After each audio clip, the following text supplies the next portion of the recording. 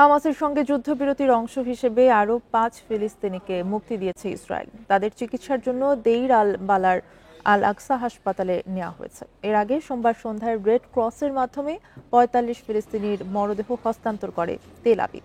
যুদ্ধবিরতির পর থেকে এখন পর্যন্ত 270 জন ফিলিস্তিনির মরদেহ হস্তান্তর করা হয়েছে, আর বাকি 8 জিম্মির মরদেহের সন্ধানে অভিযান চালাচ্ছে রেড ক্রস ও হামাস। যুদ্ধবিরতির মধ্যেও গাজায় হামলা অব্যাহত রেখেছে আইডিএফ। সোমবার রাফায় নিহত হয়েছে 3 ফিলিস্তিনি। এদিকে গাজায় আন্তর্জাতিক বাহিনী মোতায়েনের বিষয়ে জাতিসংঘ নিরাপত্তা পরিষদের ম্যান্ডেট নিয়ে কাজ চলছে বলে জানান তুরস্কের পররাষ্ট্রমন্ত্রী হাকান ফিদান। সোমবার ইস্তাম্বুলে 6 দেশের পররাষ্ট্রমন্ত্রীর সঙ্গে বৈঠকের পর এই মন্তব্য করেন তিনি। এ সময় যুদ্ধবিরতি লঙ্ঘন বন্ধ করতে এবং গাজায় মানবিক সহায়তা প্রবেশের জন্য ইসরায়েলের প্রতি আহ্বান জানান তিনি।